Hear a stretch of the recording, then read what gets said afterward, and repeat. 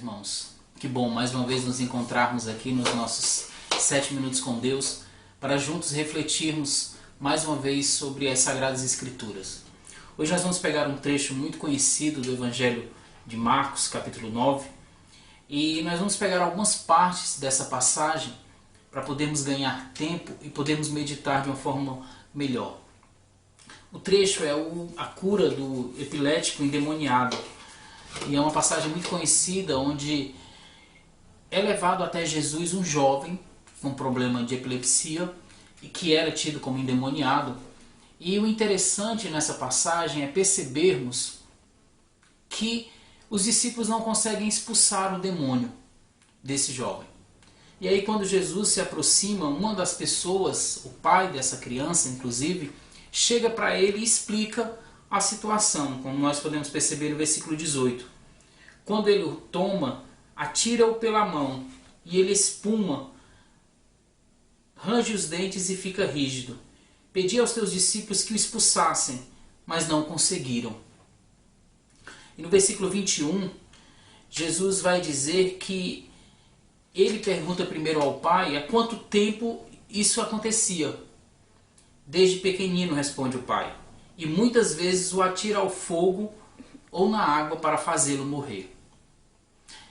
É importante a gente perceber nessa passagem, primeiro, por que será que os discípulos não conseguem expulsar o demônio dessa criança.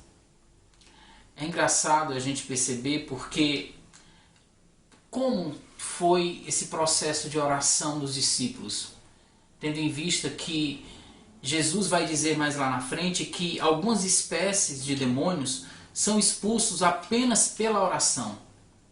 Então como teriam os discípulos se aproximado desse jovem para expulsar esse demônio? E aí abre um leque para a gente pensar um pouco. Talvez os discípulos, na ideia de que, porque já caminhavam com Jesus há muito tempo, já ouvia a palavra do Senhor, já era suficiente para que eles expulsassem o demônio por si mesmo. Coisa que às vezes a gente pode estar caindo nesse erro, de achar que porque já temos um tempo de caminhada, já temos uma caminhada na igreja, já lemos a palavra, até participamos dos sacramentos da igreja, isso já é o suficiente para expulsarmos os demônios, aquilo que nos prejudica na nossa vida. E o que Jesus vai ensinar para os discípulos é que somente pela oração. Veja que Jesus ressalta que a primazia da oração, a importância de nos colocarmos diante de Deus, para que alguns demônios que nos sondam, que nos rondam a nossa vida, sejam expulsos.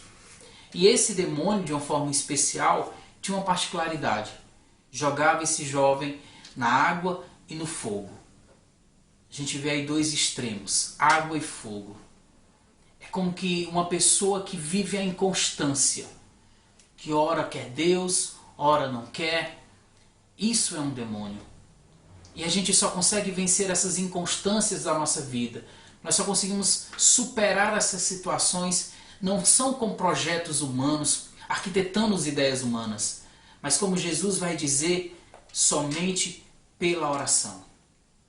É o que o Senhor quer nos convidar. Nesse período quaresmal, de intensificarmos o nosso momento de oração com Ele.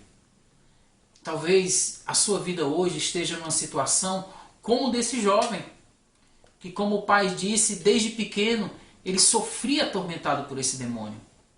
Há quanto tempo você sofre com esse problema, talvez com essa situação diabólica? O importante não é percebermos se faz muito ou pouco tempo, mas quais foram as estratégias, quais foram as situações que você tentou mudar isso. Talvez você já tenha feito tantos projetos, tantos planos para que mudasse, para que a sua vida tivesse uma outra direção. E aí Jesus vai nos ensinar a simplicidade. Que algo na vida da gente só muda a partir da oração. E a oração que Jesus provoca nesse pai, ele vai dizer que quando ele pergunta quanto tempo esse jovem estava com esse sofrimento, e que a resposta do pai é: muitas vezes o atira ao fogo ou na água para fazer morrer. Mas se tu podes, ajuda-nos, tem compaixão de nós. Então Jesus lhe diz, se tu podes, tudo é possível àquele que crê. Imediatamente o pai do menino gritou, eu creio, ajuda a minha incredulidade. Então veja, a atitude do pai de reconhecer a limitação da sua fé e de pedir o socorro de Deus. É como que se tirasse do pai essa autossuficiência, porque a oração deve provocar em nós isso. Nos colocar diante de Deus é reconhecer as nossas fraquezas, reconhecer que não podemos tudo. E é por isso que recorremos a Deus, porque Ele tudo pode. Seja qual for a situação que você esteja vivendo, o convite de Deus hoje é esse. Se coloque diante de mim.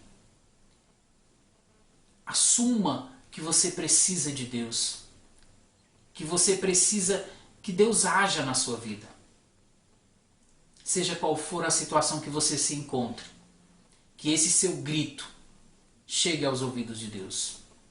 Que Deus o abençoe e lhe conceda uma santa semana em um momento de oração como esse, se colocando diante de Deus.